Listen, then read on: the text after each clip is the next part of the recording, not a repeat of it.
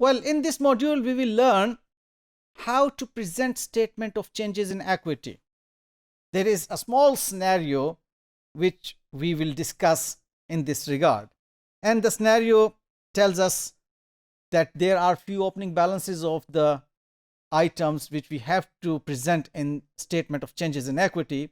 And those items include share capital, share premium, retained profit, and revaluation surplus.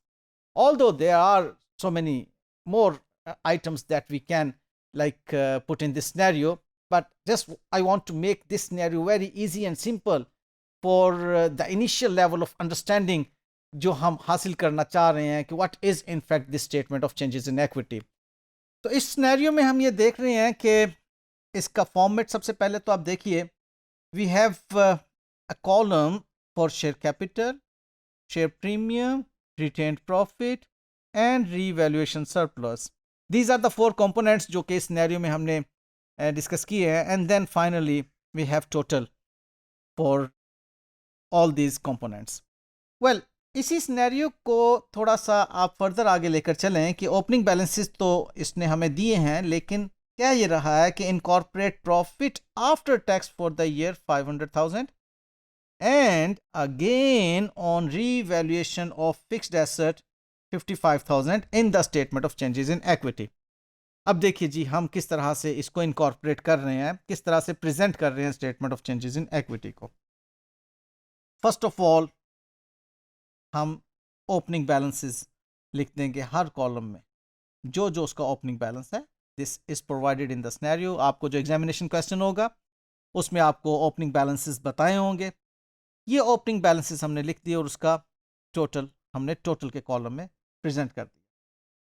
फिर जो profit for the year है हमारे पास 500,000 का, वो हमने for the year profit retained profits में लिखना है, बिकॉज वो जो फॉर द ईयर प्रॉफिट है, प्रॉफिट आफ्टर टैक्स, वो इस साल हमें 5 लाख रुपए का प्रॉफिट हुआ. पिछले सालों में, पास्ट में, इसमें 150,000 का, 1,50,000 का प्रॉफिट मौजूद था जो पिछले सालों से आगे आ रहा है, और इस साल हमें 5 लाख रुपए का प्रॉफिट हुआ.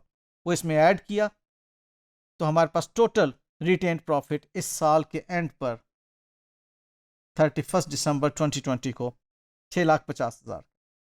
अच्छा, सेकेंड पॉइंट इसमें जो है वो है 55,000 रुपए का रीवैल्यूएशन सरप्लस, जो कि during the year we revalued our assets. So that revaluation surplus will be placed under the revaluation surplus column. उस हेडिंग के नीचे हमने जब लिखा तो नाउ इसका टोटल है 140,000. There is no movement in share capital during the year and there is no movement in share premium during the year. So as it is, we will put its closing balances in the last row and ultimately we will make total of all these four columns. Well, आप ये देख लीजिए कि ये आपके पास इसकी movement total में भी नज़र आ रही है और अल्टीमेटली आपको कॉलम वाइज हर अकाउंटिंग हेड जो कि इस statement of changes in equity का हिस्सा है उसमें इसकी मूवमेंट हम शो कर रहे हैं.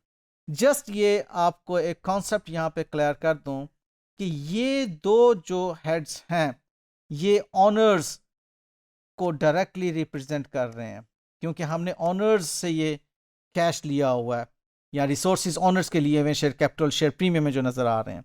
और ये चेंजेस इन नॉन ऑनर्स हैं, means retained profits directly owner को नहीं ये रिलेट करें. बिजनेस ने प्रॉफिट जो है वो अर्न किया है जो कि ऑनर के लिए मौजूद है बिजनेस के पास उसकी इक्विटी के तौर पर.